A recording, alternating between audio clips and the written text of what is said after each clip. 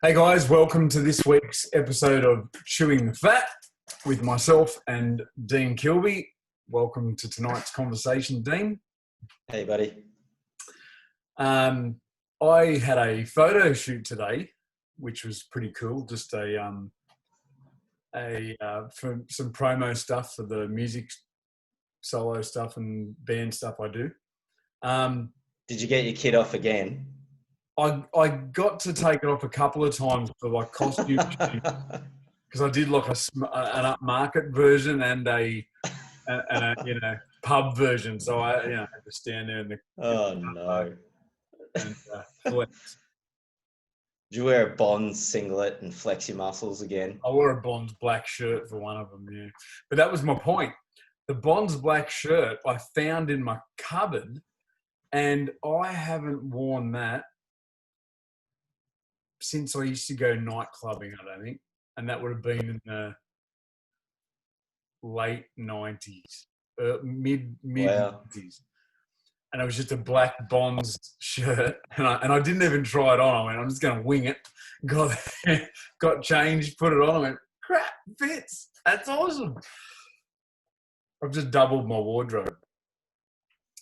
It's amazing. I got a message today from one of the clients that you sent to me, or who was watching this video and contacted me anyway. She's lost a ton of weight. She said, major problem.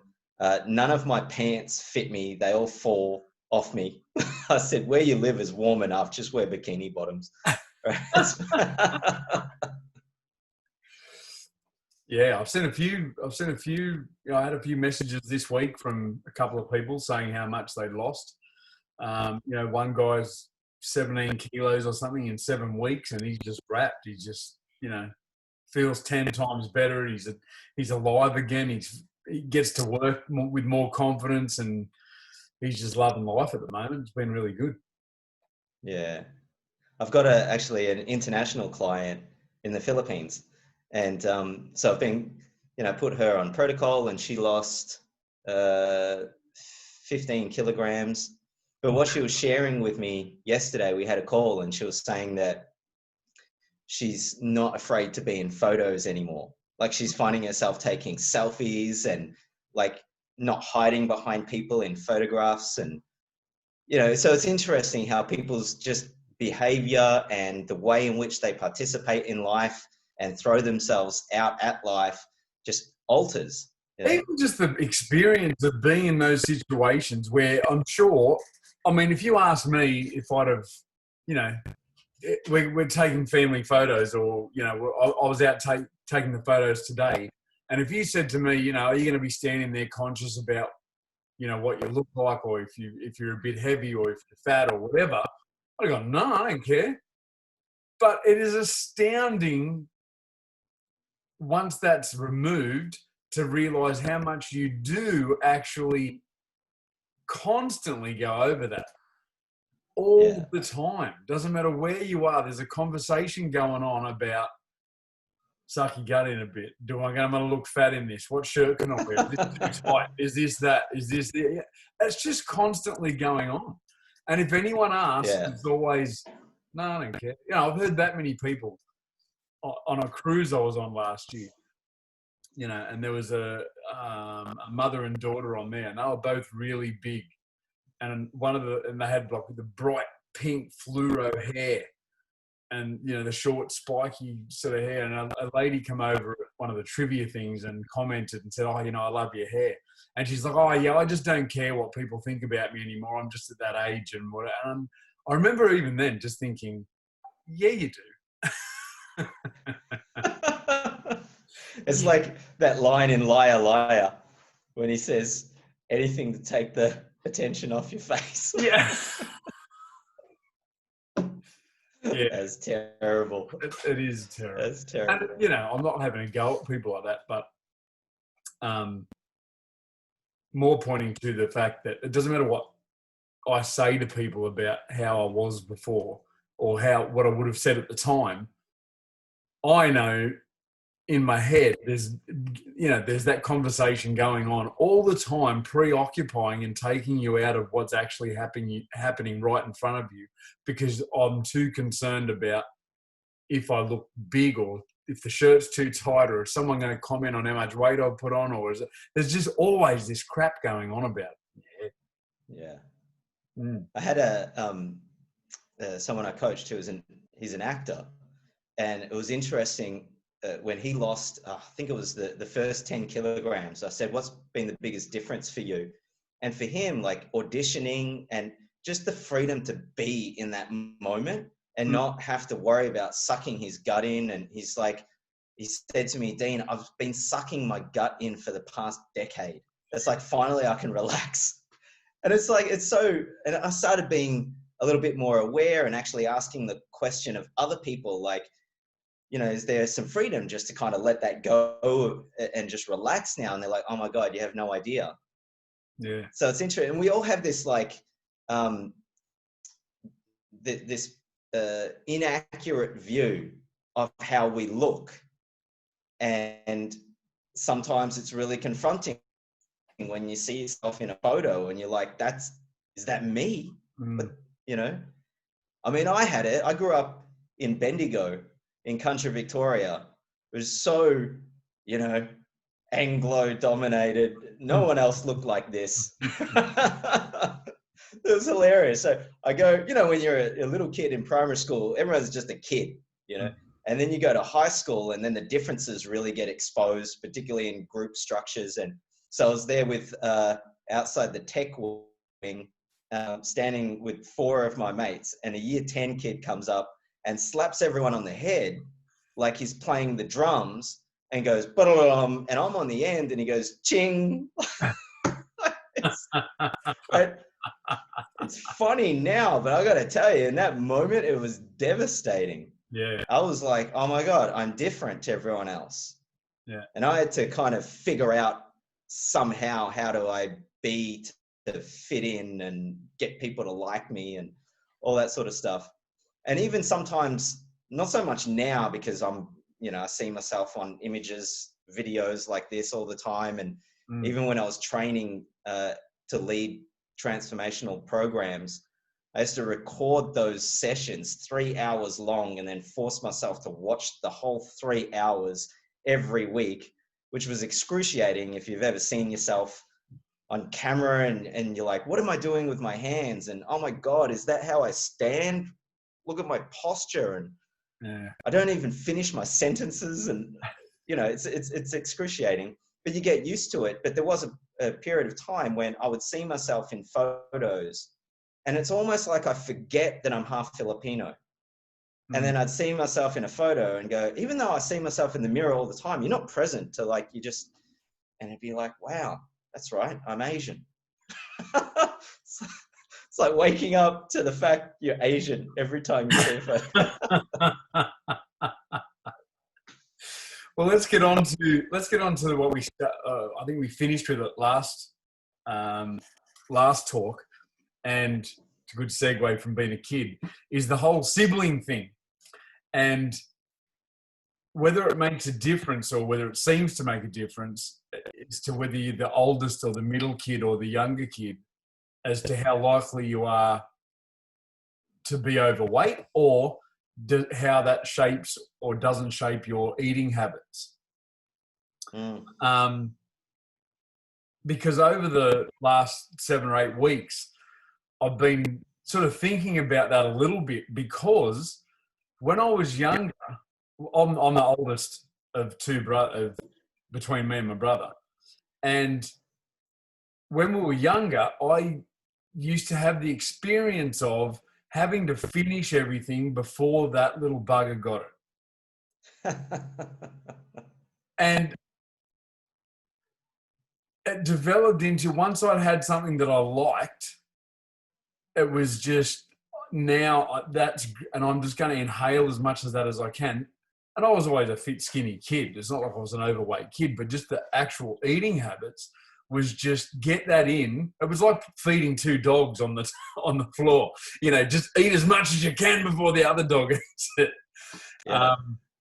to the point of just doing stupid stuff like, mum and dad would buy us apple cider and we'd only get one bottle for the week. So, being that, I'd smash my bottle in the first day and then my brother would mark his bottle to make sure I didn't take any of his. So I'd come home from school a bit earlier than him and walk in the door and open the bottle and go, oh, he's marked it. All right, pour half a glass, fill the rest up with water. That'll when he comes home and opens it and sees that, he'll go, yeah, you're lucky you didn't take any of your drink. And he'll either will or won't drink any of it. So, so it got out of trouble.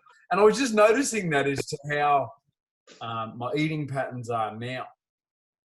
And how it's very similar, and I'll find if I eat something and I like it, I'll just want to keep bang, just keep going with that until before someone takes it away from me.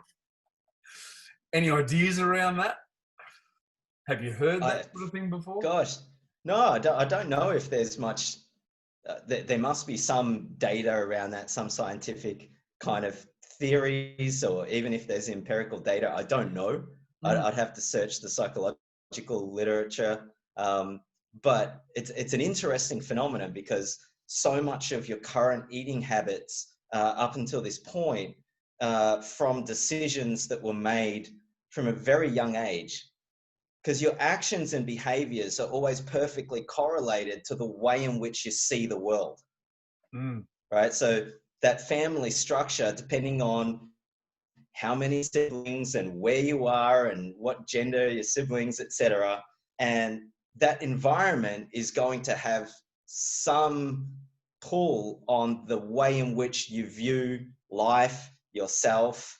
And if you've got siblings, particularly of the same age, I'm the youngest of three. So I have my brother was 9 years my senior. He passed away in 2011 from diabetes-related complications. And my sister's 8 years my senior. And then there was a gap before me. So when I was a kid, they used to constantly remind me that I was a mistake and that life was so much better before I came along.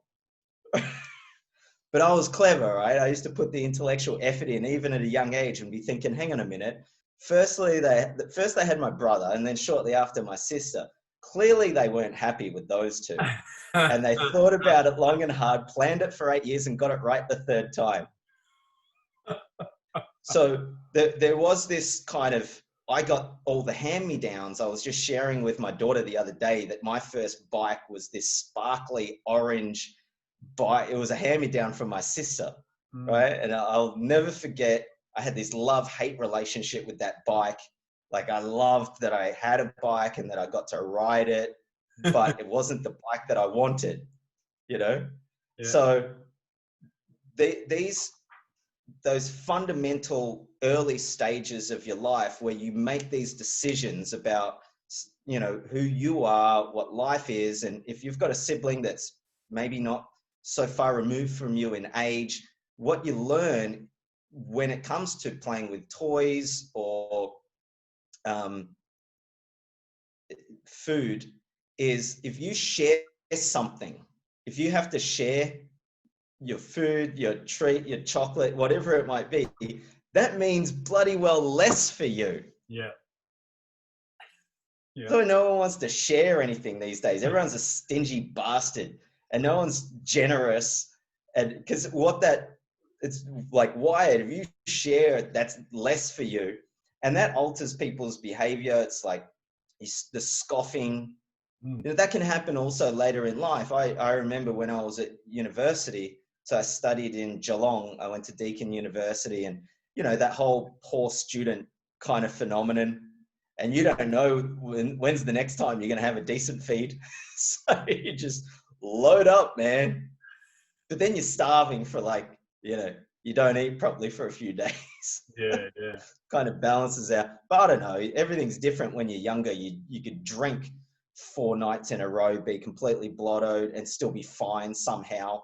I have no idea how my body managed that, and play soccer and tennis and still study and live on 2-minute noodles. I used to come home from band practice when I was 17 or 18 and come home and eat at like 1 or 2 in the morning and eat a whole frozen pizza at 2 in the morning and then just go to bed. And half the time, I'd come home, I was pretty blotto as well, which is why I wanted to then eat the pizza. And then just wake up and go to football training and no dramas. Yeah. It's just ridiculous. Yeah. Now you have one too many beers and you wake up and you're okay, but you're just not firing on all cylinders. You just Exactly. Yeah. Exactly. Yeah. So I mean, I had a bit to drink. I had a bit to drink last night. I lost a dear friend a couple of days ago on Thursday night, and thought I'd be right to mention this. So far out. So when I grew up in Bendigo, particularly teenage years were tough, man. I was, like I said, look different.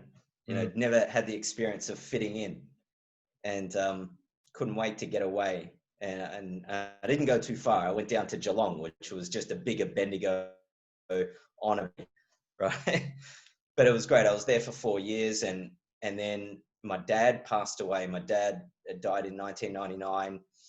So he was a very sick man. He was always in pain. He had really bad, terribly painful scoliosis, and then Crohn's disease, which is an inflammatory bowel disorder. And my dad had a colostomy bag as well. And then in the later years, he was diagnosed with leukemia, which, he died when he was 65 years of age. And so he died, and then I just went, screw it, and I'm out of here. And I ran away up to Sydney like 20 odd years ago. And I pursued a scientific career, and, some things worked, some things didn't. It didn't turn out where I thought I was going to be, whatever does. And then it's interesting, this, experience of running away from Bendigo, and then getting to the point in your life where all you want to do is contribute to the people that you left behind. Yeah. I couldn't do that with some of my family members. But then when people my age start dealing with their own health issues, and then they're reaching out to me, it's just such an extraordinarily not only rewarding experience, but it completes something, like, to go full circle, the hero's journey, so to speak, where you go away, you slay the dragon, you discover who you are, and the real reward is the opportunity to come back home and contribute to those that you left behind. And so my friend, she married this amazing guy, and he was dealing with some back problems as well. And she trusted me enough to, like you did, when we used stem cells to fix your knees, to do something similar with his degenerative disc disorder. So he had degenerated discs in his spine, and to my knowledge, it was the first time it had been done in Australia, where we used these types of stem cell preparations, injecting it straight into the disc and the joints and the vertebrae.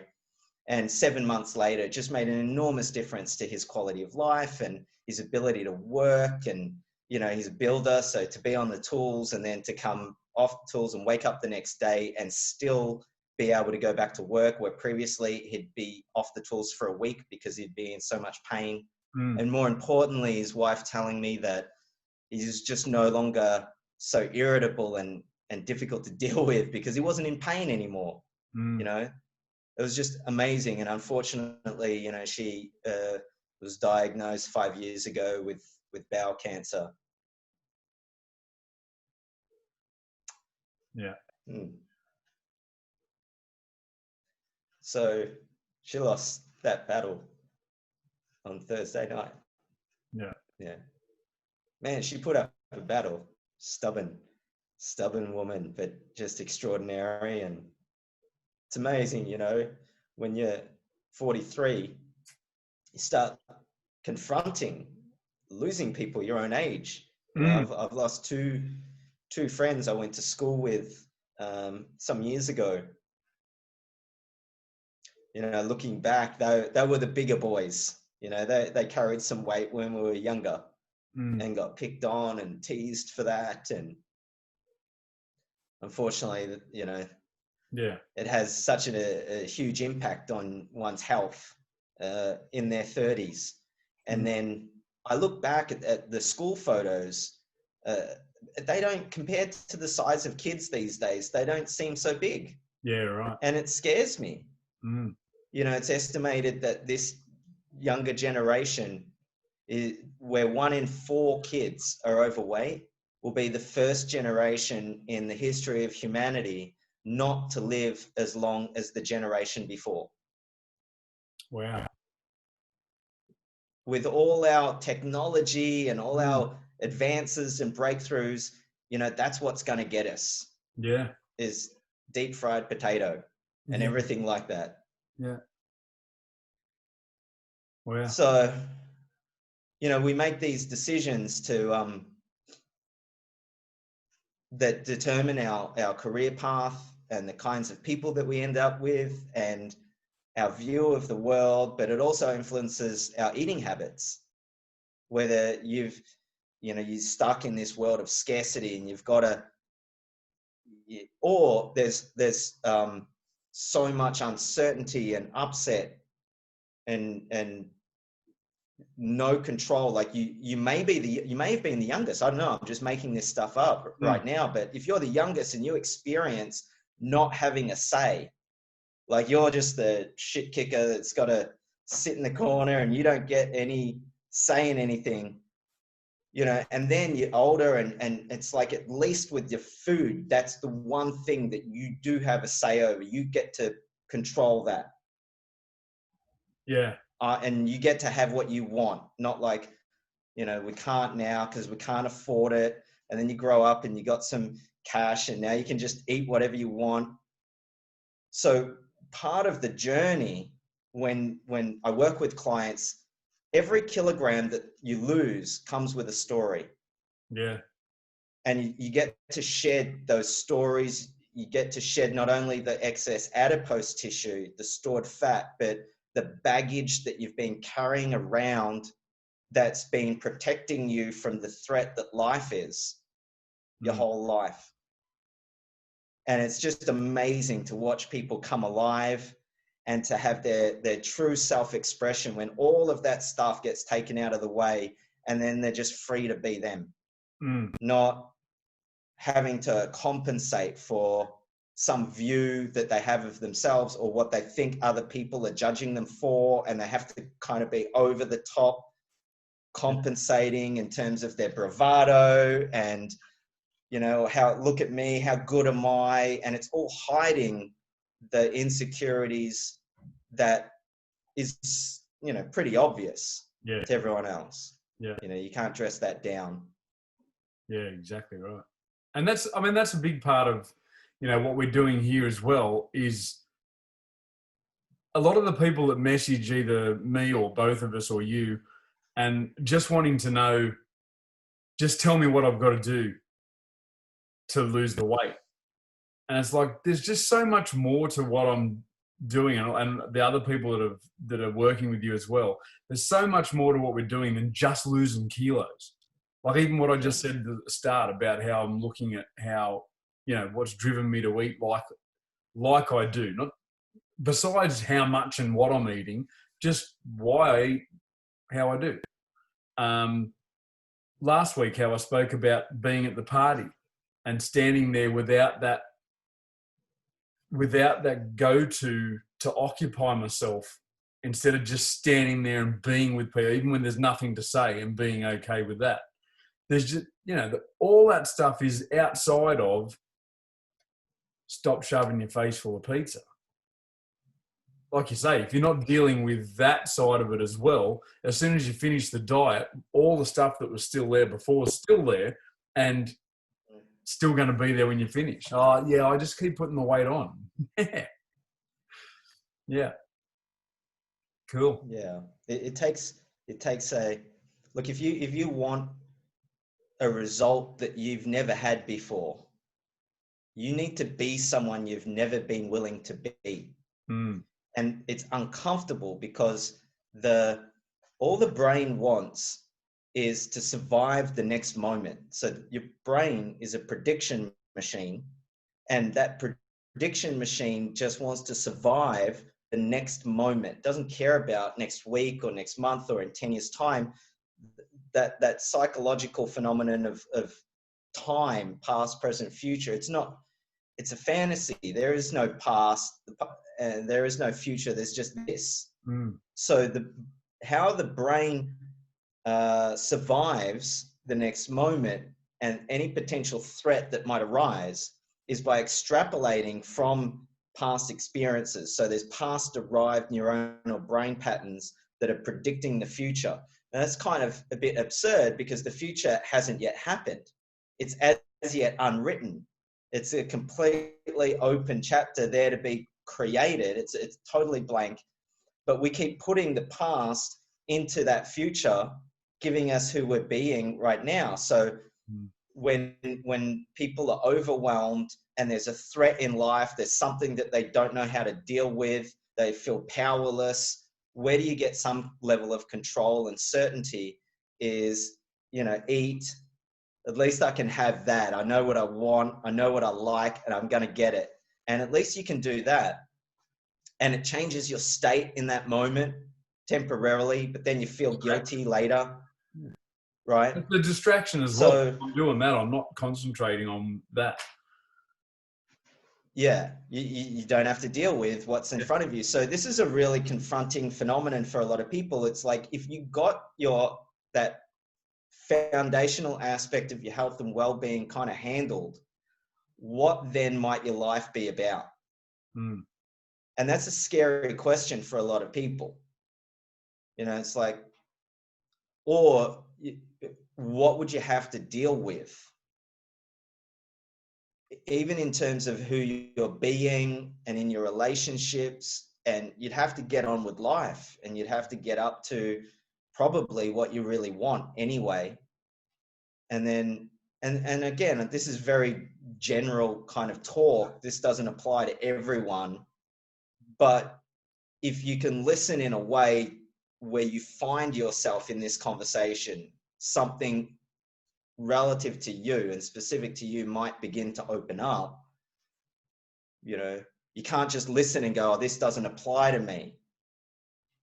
So you got to listen for like, what's the contribution here? And when people engage me to be coached, this stuff kind of, it's not like I deliberately go in there and try and unpack it. It just kind of unpacks itself as people's weight comes down. And it's interesting. Sometimes people will be on a downward trajectory with their weight and they hit a plateau. And it's interesting when I ask them, when was the last time you were at that weight? How old were you? And they'll say, and then I'll ask, well, what happened around that time when you were that age? Yeah. And there was something that happened. Yeah, they broke up with their partner or they lost a parent or something, and some fundamental decision got made. And it's interesting, just kind of giving them the opportunity to express it, to be in communication, to open it up and take the significance away from it. All of a sudden, they start losing the weight. It's insane. Now, in reality, like if you look at why that's happening, it's just all performance. They just stop doing things the way that it was designed to be done. Yeah. You got to eat what I tell you to eat. Don't eat what I tell you not to eat. Write down what you eat. Stay in communication with me as your coach, right? These fundamental kind of aspects of performance just go a little bit, askew, and then they stop losing the weight. But I don't just force them to act. It's like, how is the situation or your life or you occurring to you right now? And when you can kind of start to be responsible for those decisions that have shaped your view, all of a sudden you can perform consistent with your word versus having your behaviors and actions consistent with your psychology. So that's why I don't deal with people's psychology. I deal with their performance, because that's all the universe responds to is action or inaction. Yeah. Very cool. So getting back to like, you know, siblings and those decisions that you make. And if you look at the root Latin word of decide, it's desidre, which means to murder off alternatives. So when you make a decision, you get trapped in the righteousness of that point of view. And it's like other perspectives or points of view aren't available to you. It doesn't matter how much evidence there might be for a different point of view. You're trapped in the righteousness of this position. And, you know, decide is a word from a family of words that end in CIDE, like homicide, pesticide, spermicide. It's all to kill off something, right? So you kill off all the alternative options. And when you can start to see that the trap that you're in, then it's like the Chinese finger cuffs. Like the more you try and pull your fingers out, the more trapped you get. And your access to freedom is to give yourself fully to the trap. Yeah. And then you're free. And so when people start to identify and distinguish the trap that they're in, then there's the opportunity to be responsible for that. You're the one that put yourself into that trap. And when you do that, you get your full power back. And then life can start to go the way that you say, and your body starts to go the way that you say, and you start to have the results that you want. But that is a function of a new way of being and acting, being and doing co-arise. And then you have the results that you want. Yeah. So when I was 7, for example, my mum used to work at the baby health center in Bendigo.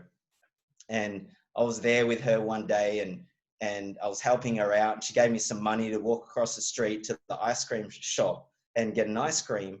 And I was so excited. I went there and I wanted this ice cream, but the guy behind the counter wouldn't serve me. And it was like everyone seemingly got served before me and just completely ignoring me. And I don't know, maybe it was 2 people that got served, but in the view of a kid, it seemed like everybody. And then this little, I don't know, I don't think she was this little old lady, but again, in the view of a little kid, she occurred to me like that. And she said, "Excuse me, this young man has been waiting very patiently and you just keep serving everybody else. And he's been wanting to get served." And so then I felt even more pathetic that I had to get rescued by this old lady. Anyway, so he serves me, he gives me what I want. The truth was, he just didn't see me. Yeah, right. But I was so upset. And then even when I got the ice cream that I wanted, it was like licking a cone full of resentment. So, what flavor, son? Can I get resentment flavor, please? Or maybe vanilla with some resentment sprinkles. Right? It may as well have been shit on a stick. You know? And it just wasn't enjoyable. And then, you know, later on, I just didn't love ice cream the same way that other kids seem to love ice cream. Yeah, right. And it took looking deeply. And it was like, wow, what happened? And what was the decision that I made? And how did that impact my behavior and how I see foods or certain foods and sweet foods? And, you know, there's that. And then also the condition of my family where my dad was very unwell. My brother was diabetic. You know, God, I remember when I was a kid, I used to share a room with my brother and he had a nocturnal hypoglycemic fit. Now, when a diabetic fits, you got to make sure that they don't bite their tongue. Otherwise, they swallow it and choke. And so I didn't have anything. I heard him fitting and I jumped out of bed and I jumped on top of him because he was shaking around so violently. And I just jumped on top. I don't know how old I was. I can't even, maybe 10, 9, 10, so I don't know. And I jumped on top of him and I didn't have anything. I couldn't reach anything to put in his mouth to stop him from biting his tongue. And I just shoved my hand in to his mouth and he was chomping down on my fingers so damn hard. And I was screaming to Mom, like, get some honey. Like, he's like, you know? Yeah. So you have these experiences and you make these decisions, not only how you're going to look after yourself and what you do and don't do, but also who you're going to be for others. Yeah. And there's just the nature of the game. You know, I had a friend around today who is a doctor, surgeon, surgical registrar. And I was just sharing about how heartbreaking it is. And she said, listen, when you make yourself available to be that difference for people, you're just going to attract a lot of people, and a lot of them you won't be able to make a difference to. And so you'll experience those losses more and more. And I said, how do you do it? And she said, I don't know. She quit her job 4 weeks ago. It's too much. She wants to do something different for a period of time, but it's draining. It's really draining when all you want for people is what they want. Yeah. And it's frustrating when you want what they want for them more than they want it for themselves. Yeah. And I stand for it with everything I've got. And often there's resistance, and but you put up with it because there are those people that take the coaching and they get the results, and it's just extraordinary, and it's well worth it when you see people truly come alive. Yeah. When they're willing to be responsible for their own inauthenticities and these fundamental decisions they made up about themselves in the past and how it impacted their performance and behavior. And now it's, there's a whole new them available for themselves and the people that they love, which is just the best. Yeah. It's the best to see that. It's well worth it. Cool.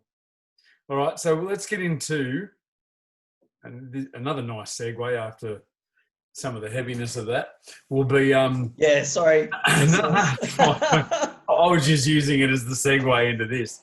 It wasn't really that heavy, but no, I'm like the verge of crying 3 times. I'm all hot and flustered now. We had a chat the other day, last week sometime, about, and I remembered this when I first started the protocol as well, and you sent me a message to do it, and then I did it for a few days, and then I forgot, and then we spoke about it again. I went, oh crap, I've got to keep doing that again. And it was funny because on the day you told me about it again, I saw an ad on Facebook for some miracle tablet that, from the comments below it, were astronomical in price, but that were to release nitric oxide and aid weight loss and improve other things and whatever else. And all the comments were like, "Oh yeah, it'd be great if I could afford that for 50 tablets." And the other things are, why don't you just eat this fruit? It does the same thing, and blah blah blah. And then when I saw that, I went, "Oh, hang on a second." And then I asked you about it the other day, and it was a breathing exercise that basically does the same thing. Yes, tell us a bit more about that. Yeah. So if the endothelium, so the lining of your blood vessels, those cells, you can, just by holding your breath, release nitric oxide, which opens up the blood vessels, increases blood flow, particularly to the brain. And so I learned this technique. So my daughter's godfather is Master Yugui Feng. And so Feng. So he's from that family lineage of Feng Shui, where Feng Shui originated, right? So he was really ill so obviously Chinese, and grew up in China, and really ill as a young boy. And then he was, the doctors seemingly couldn't help him, and the parents took him to the village monks and asked for their help. And they said, yes, but he has to stay with us and live with us, and he'll get well. Anyway, he did. And he's continued training with those monks, and talk about discipline. This, as a 9-year-old kid, would sit in total stillness and silence from 3 a.m. through to midday. So 9 hours straight, 100 days in a row. What? Yeah. And he was declared a master at 17 years of age. I thought So you were he's saying, revered by the Chinese. He's like a phenomenon, absolute wow, phenomenon. wow. Yeah. So I love all that stuff. And, you know, we used to, you know, talk, and he'd train me on some of the sort of Qigong type techniques. And he developed his own form of Qigong where he studied all the great masters and then developed his own form called Tai Dao. And he took all the movement away, and until you're just left with mind, whatever that is, and breath. So, and there were various breathing techniques that he trained me in, where the common theme or the common phenomenon is one of breath holding. Right. So breath holding is a technique that's, you know, a lot of people are, you know, even the Wim Hof method, you know, similar kind of outcomes. But when you hold your breath, say at the end of an exhalation, and then when you fully inhale and you hold it for a few seconds, like those moments, if you hold your breath, you release nitric oxide, which, you know, you can channel that. There's all these different techniques, but, you know, so that's one technique. The other one, which is interesting, is just simply scraping your tongue. So I was at a, and this has cardiovascular benefits. It's fascinating. It all works out in the gut microbiome in this instance. So I was at a conference in the US once, and I saw this guy present talking about tongue scraping. And when you scrape your tongue, it influences the constitution of your gut microbiome, more conducive to bacteria that promote the release of nitric oxide that has cardiovascular benefits. So it decreases blood pressure and decreases your risk of cardiovascular disease just from scraping your tongue. And there are many cultures around the world, like, you know, particularly in the South Pacific, even, that they just scrape the tongue, like, and there's devices, you can speak to dentists and so forth, and it's like around oral hygiene, but it also has an influence on your gut microbiome and heart health. And then, interestingly enough, if I remember correctly, he was talking about if you scrape your tongue, the benefits are blunted by the use of certain mouthwashes, like chlorhexidine, I think it was. This chemical in a standard kind of mouthwash, because alcohol-based mouthwashes kind of got a bad rap. So then alternative types of mouthwashes, some of which contain this chemical chlorhexidine, if you use that and scrape your tongue, you don't get the cardiovascular benefits, the increases in nitric oxide. And I mean, it's just mind-blowing. And some of the microbiology data, I mean, I was trained as a microbiologist, but this stuff was just way over my head. That the algorithms, because it's just so complicated, you know, the gut microbiome, and it seems to influence everything. I mean, I was talking to a doctor in the US who's doing some amazing things in treating COVID-19 patients, and she's seen with this particular treatment approach 100% clearance of the viral load within 4 to 5 days. And they've been able to identify the virus in people's stools as well. So somehow it goes, you know, we get infected, it proliferates in our upper respiratory system, somehow gets in our gastrointestinal tract, and it when we defecate, it's in our stools, for those who have been infected, and it can be cultured, so it's live virus kind of thing. Anyway, she was sharing with me like that she's been analyzing people's poo and the bacterial constitution of their poo, and there's a pattern. So she knows if you've got a particular kind of gut microbiome, like it leaves you more susceptible to certain disease symptoms versus those who are asymptomatic. They have a different kind of gut microbiome. Wow. Yeah. See, so it's a whole other universe that's yet to be explored, and you know, I'm even like getting fascinated with the like bat shit.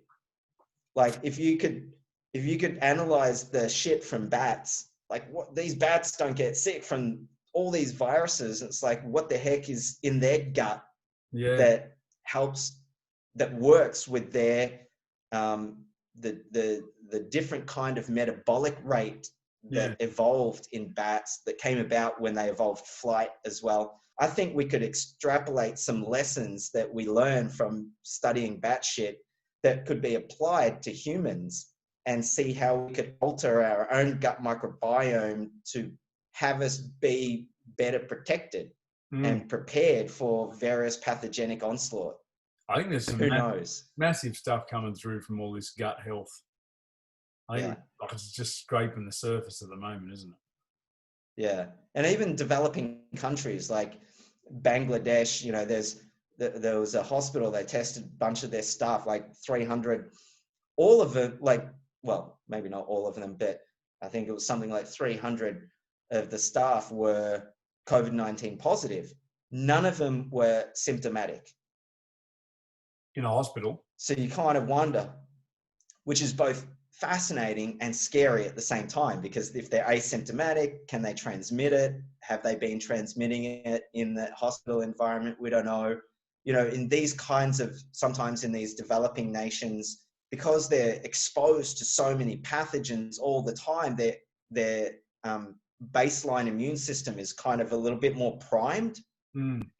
So then when a new pathogen comes along, it kind of gets kicked in the ass pretty early, versus, you know, in a clean society like here, I don't know. You know, this is all the stuff that's yet to be kind of studied and worked out, and what lessons can we learn from their gut microbiome? And we could make crapshols, just take shit from these healthy people. Like we talk about convalescent plasma, taking blood from a recovered patient and using that to treat someone who's freaking hospitalized with COVID-19. What if we could do the same thing with poo? You know, maybe we don't have to look at bats. Maybe we can just look at some of these cultures and populations that don't seem to get sick from this virus. Yeah. You know, there's so much to be learned. And we know that, like, if you take these experiments were done a long time ago, you get rats and expose them to a particular bacterium that kills them, but you take one study group and you first expose them to, I think it was a herpes simplex virus or something like that. And so they got the viral infection, then were exposed to the bacterium. The bacterium didn't kill them. Yeah, right. So whatever happens with their immune system, how it gets primed, you know, this stuff's just amazing. It's fascinating. That's going to be interesting coming out of this whole COVID thing as well, where we're, you know, everyone's been locked away, even from the, you know, most of the stuff now is all Glen 20 and Dettol, and you got to disinfect everything, and you can't have any germs on anything. But then on top of that, there's also we've been locked away for how many months and not exposed to anything outside of, you know, where you haven't got your Glen 20 and your Dettol and all that sort of stuff. So it's going to be interesting to see what happens with that.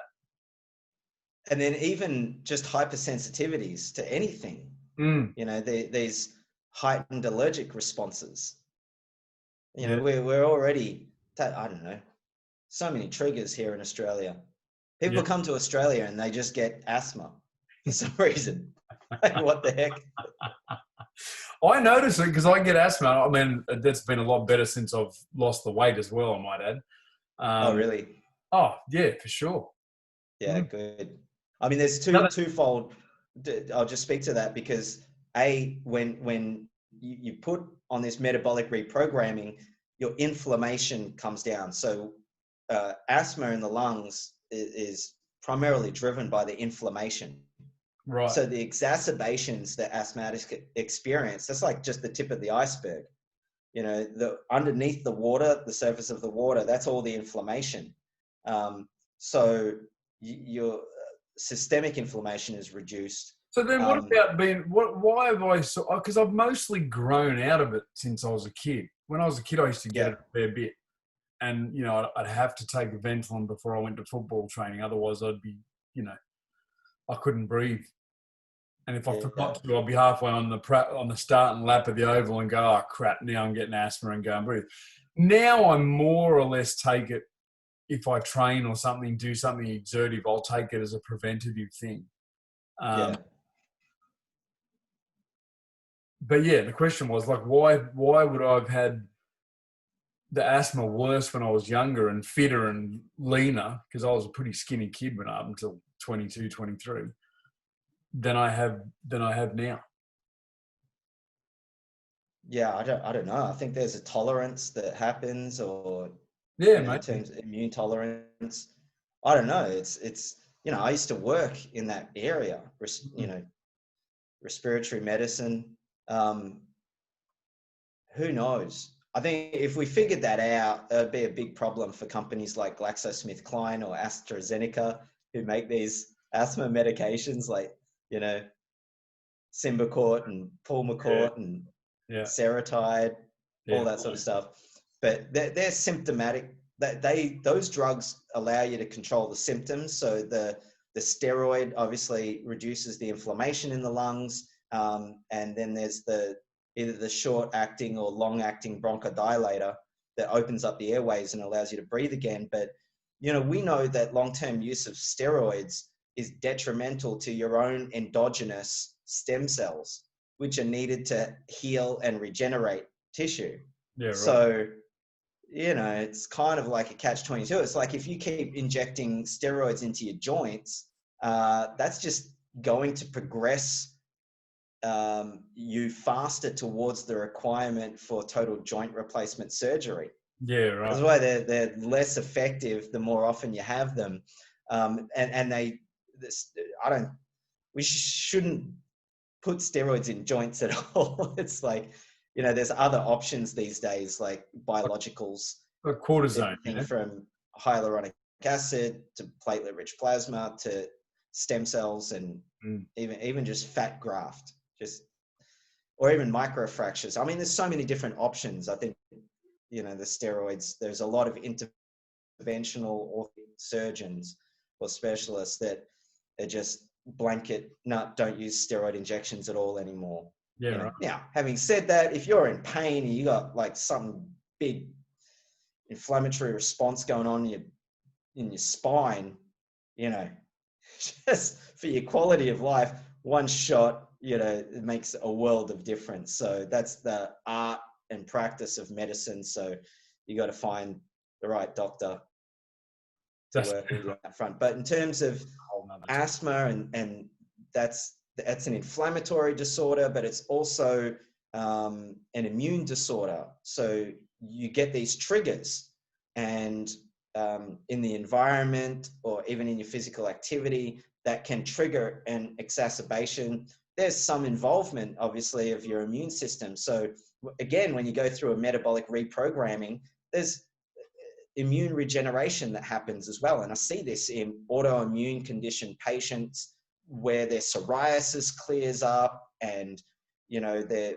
odd kind of autoimmune conditions like Schnitzler's syndrome, and all their inflammatory markers reduce. And again, talking to doctors and specialists, they're like, there's no straightforward medical explanation for the kind of outcomes you're getting with these people, Dean.